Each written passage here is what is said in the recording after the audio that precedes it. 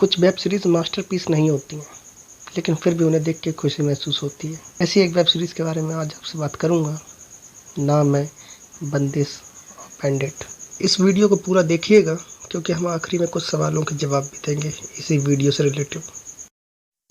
मैं विकास हूँ और आप देख रहे हैं फिल्मी डायरी। चलिए शुरू करते हैं।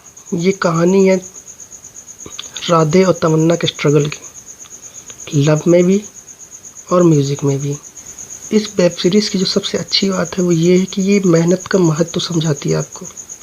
कैसे आप कड़ी मेहनत से जो चीज़ पाते हैं उसकी मिठास, जैसे कहते हैं मेहनत का फल, उसकी मिठास अलग होती है। और कई बार आप वो चीज़ मेहनत से नहीं, पैसों के दम पे भी ले लेते हैं, पैसों के दम पर भी वो चीज़ आपके पास आ जाती है, लेकिन उस चीज़ में एक नकलीपन होता है, एक नकली मिठास होती है। वो आपको समझाएगी ये सीरीज़।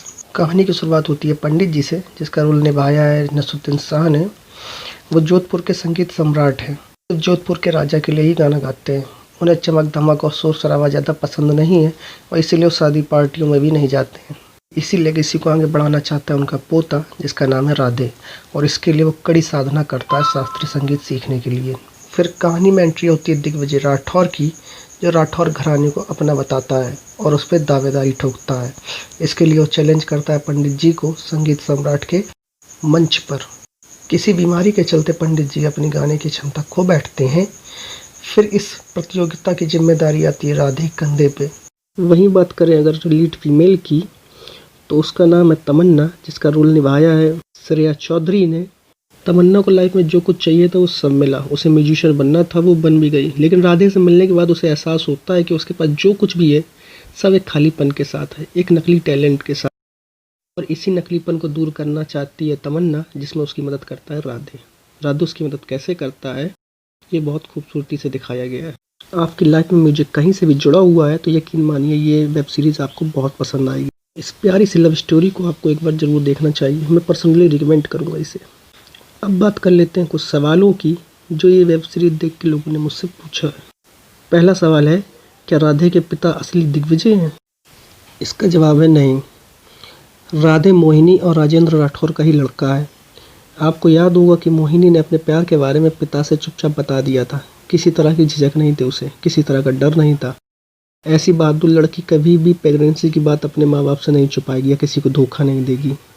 दूसरा सवाल है, क्या दिग्विजय जानबूझकर हारा था? इसका जवाब है नहीं। दिग्विजय को बाकायदा राधे ने अपनी कड़ी मेहनत से हराया था।